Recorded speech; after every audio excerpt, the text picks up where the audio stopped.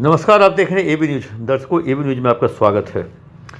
बुधवार का दिन बिहार के पुलिस के मुखिया डीजीपी सभी जिले के एसपी, रेंज के डीआईजी, आईजी के साथ वीडियो कॉन्फ्रेंसिंग के तहत पूरे कहें जो स्टेट की कानून व्यवस्था की मॉनिटरिंग करते हैं, सबसे सवाल जवाब पूछते हैं और सभी से पूछते हैं जो आपने पिछले वीक क्या किया, इस महीना क्या किया, आपका क्या रिकॉर्ड रहा है। और इस सब के बीच में वो सबकी क्लास भी लगाते हैं और आज भी कई लोगों की क्लास लगी।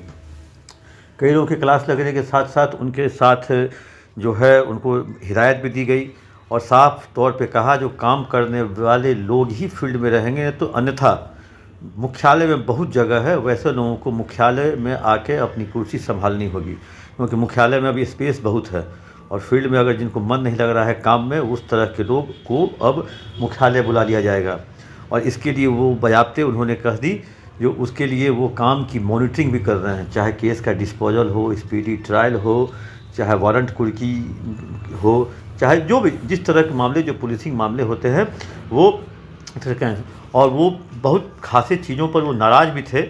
बढ़ते हुए अपराध, कुछ ज़िलों में, कुछ रेंज में बढ़ते हुए अपराध को लेकर के भी वो नाराज़ थे। वहाँ के उन्होंने डीआईजी और एसपी की क्लास भी लगाई और डीआईजी से यहाँ तक पूछ डाला जो आपके रेंज में मात्र 2 ज़िला और दोनों बहुत छोटा, एक छोटा ज़िला एक बड़ा ज़िला, और क्या इन 2 रेंज के लिए आप काफ़ी नहीं हैं, क्या आपको बड़ा रेंज चाहिए। उन्होंने सटायर में कटाक्ष करते हुए कहा जो आपकी पोस्टिंग हुई है, आप वहाँ गए हैं आप संभालने के लिए, और ये नया रेंज बना है, तो उसमें 2 ज़िले डाले गए हैं और उन 2 ज़िलों में भी अपराध पर रोकथाम नहीं है। क्या आपको इससे बड़ा ज़िला चाहिए या ज़िला नहीं चाहिए, या आपको रेंज नहीं चाहिए। बहुत काफ़ी मशक्क़त के बाद आपने रेंज पाया है, इसके बाद भी आप इस तरह का। फिर वहाँ के एसपी की भी क्लास लगी, एसपी को भी कहा गया जो आप उसके बारे में आप ही क्राइम कंट्रोल कीजिए, अचानक से क्राइम आपके ज़िले में बढ़ गया है। मतलब उस एसपी और डीआईजी की भरी, मतलब कहें जो 50-60 लोगों की भीसी के दौरान उनकी एक तरह से कहें जो क्लास लगी। और क्लास लगाने के बाद अब डीजी साहब यही नहीं रुकते हैं। डीजी साहब एक ज़िले के एसपी के पास मुखातिब होते हैं, कहते हैं जो आपका काम पिछले ज़िले में अच्छा नहीं था, पिछले ज़िले में आप जहां पोस्टेड थे, वैसे पिछले ज़िले से वो हाल ही के दिनों में इस नए ज़िले में आए हैं, लेकिन इस नए ज़िले में आने के बावजूद डीजीपी ने उनका हिसाब पिछले ज़िले का लिया, क्योंकि पिछले वर्ष वो वहाँ थे और पिछले वर्ष के कानून कहें जो वारंट के डिस्पोजल में बहुत कमी रही उस ज़िले में। इस कारण से उस ज़िले के एसपी के रूप में के तौर पर उन्हें इस ज़िले में, जो नए ज़िले में उनकी तैनाती हुई, उनसे बातचीत गई, क्योंकि जहां वो तैनात हैं अभी उस ज़िले के बारे में उनसे क्यों कुछ नहीं पूछा गया। वारंट की डिस्पोजल कम क्यों हुई उसके बारे में उनसे पूछा गया। इतना ही नहीं, साफ तौर पर उन्होंने, डीजी ने साफ तौर पर एक आज आदेश भी जारी किया, जब एसपी के कामकाज की मॉनिटरिंग होगी और जिस तरह आईएएस अफसर और राजस्व में, लैंड रेवेन्यू में लोगों की ग्रेडिंग होती है अफसरों की, अब आईपीएस अधिकारियों की ग्रेडिंग होगी, एसपी की, डीआईजी के काम की निगरानी होगी, ग्रेडिंग होगी, और उस ग्रेडिंग के तहत जो उस मातहत वो पाए जाएंगे उनकी पोस्टिंग फील्ड में रहेगी, अन्यथा वो लोग फील्ड से हटा दिए जाएंगे। ये पहली बार डीजीपी ने अपने कहा अब आईपीएस अफसरों की ग्रेडिंग होगी, उनकी मार्किंग होगी, उनके काम का आकलन होगा, जो इससे पहले तक नहीं होता था। इससे पहले तक कहें जो आईएएस में इस तरह की ग्रेडिंग होती थी, बहुत सारे अन्य विभागों में होती थी, एमवीआई में, मतलब कि परिवहन में होती है, लैंड रेवेन्यू में होती है। और वैसे लोगों को ग्रेडिंग में अगर अच्छे मार्क्स नहीं मिले, 1 2 3 का ग्रेडिंग होगा या ABCD से होगा ग्रेडिंग, वैसी स्थिति में कहें जो तीसरा सबसे मुख्य मुद्दा था पुलिस पर हमले।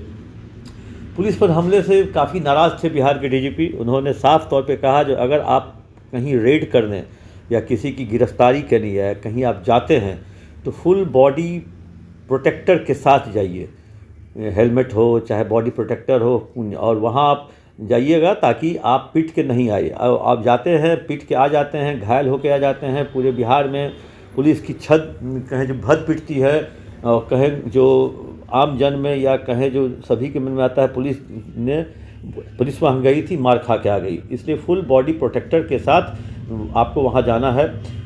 वारंट कुर्की के ड्राइव के लिए भी वो बोले, जो वारंट कुर्की का ड्राइव, स्पेशल ड्राइव चलाने के लिए डीजी ने निर्देश दिया है सभी जिले के एसपी को। और सबसे नाराज़ वो थे, एक शब्द है पुलिस में, ये आम पब्लिक इसको नहीं समझ पाएंगे, पॉकेट डिस्पोजल। पॉकेट डिस्पोजल कहने का मतलब है जो केस का निष्पादन ऑन पेपर तो हो जाता है, लेकिन वो कटता नहीं है, वो कोर्ट पहुंचता नहीं है।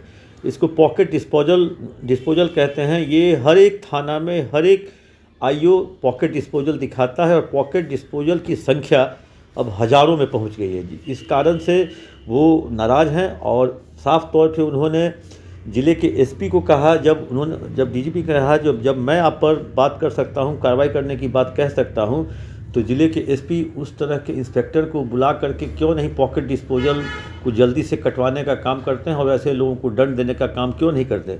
इस तरह से कई मुद्दों पर आज बहुत दिनों के बाद डीजीपी कहें, असल में बीच में विधानसभा चुनाव हो गया, विधानसभा चुनाव के बाद कई तरह के पर्व आ गए, और पर्व के बाद अभी भी रामनवमी बाकी है, ईद बीता, ये सब बीता। इसके बाद ये डीजीपी बहुत दिनों के बाद इस तरह के कहे जो एक तरह से कहें जो आज फॉर्म में थे, और सभी लोगों की क्लास, एक ज़िले के डीआईजी और एसपी दोनों गायब हो गए। वहाँ पे कुछ दिनों पहले एक वीडियो वायरल हुआ था सहरसा का वीडियो वायरल हुआ था। एक lady sub inspector Saharsa DIG कार्यालय में जाकर या एसपी कार्यालय में जाकर फाइनल पीआर कटवा रही थी, और रीडर ने फाइनल पीआर काटने से मना किया, और उसका वीडियो वायरल हुआ, काफ़ी हो हल्ला हंगामा हुआ। उस मुद्दे पर डीजी अचानक उनको याद आया, उन्होंने सहरसा एसपी को खोजा, भीसी से गायब, डीआईजी को खोजा, भीसी से गायब। इसी बीच में सहरसा डीआईजी कहीं से कनेक्ट हो जाते हैं डीजीपी से। कुछ देर के बाद सहरसा एसपी भी आए भीसी में। उनसे पूछा गया जो आपने उस मामले में क्या कार्रवाई की, वो बोलते सर मैंने लेडी सब इंस्पेक्टर को सस्पेंड किया। तो डीजी ने कहा जो लेडी सब इंस्पेक्टर को सस्पेंड कर दिया, आपने रीडर से पूछा आखिर क्यों उसका फाइनल पीआर नहीं काट रहा था, क्या पैसे के लिए नहीं काट रहा था या कोई अन्य कारण था। तो आपने दरोगा को तो आपने सस्पेंड कर दिया, लेकिन रीडर पर आपने कोई कार्रवाई की? जी नहीं सर। आप तुरंत इंक्वायरी सेटअप कीजिए, और इंक्वायरी सेटअप करने के बाद वो रिपोर्ट मुझे 24 घंटे के अंदर चाहिए, जो रीडर क्यों नहीं फाइनल पीआर काट रहा था। तो ये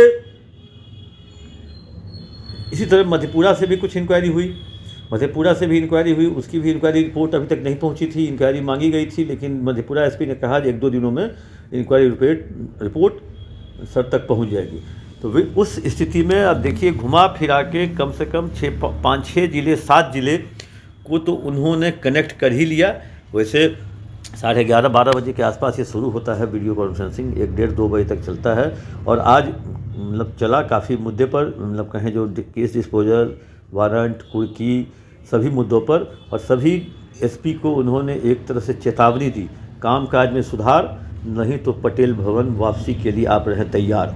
एक तरह से पूरी मीटिंग आज law and order, case disposal सब पर रही। और इस सब के बाद देखते हैं डीजीपी की ये फटकार, ये वीसी कितना रंग लाएगी, आगे आने वाले समय में चलेगा पता। जैसे ही कुछ अपडेट्स होंगे दर्शकों आप तक पहुंचाएंगे। तब तक के लिए दीजिए इजाज़त। आप अपना कमेंट बॉक्स में देना ना भूलें।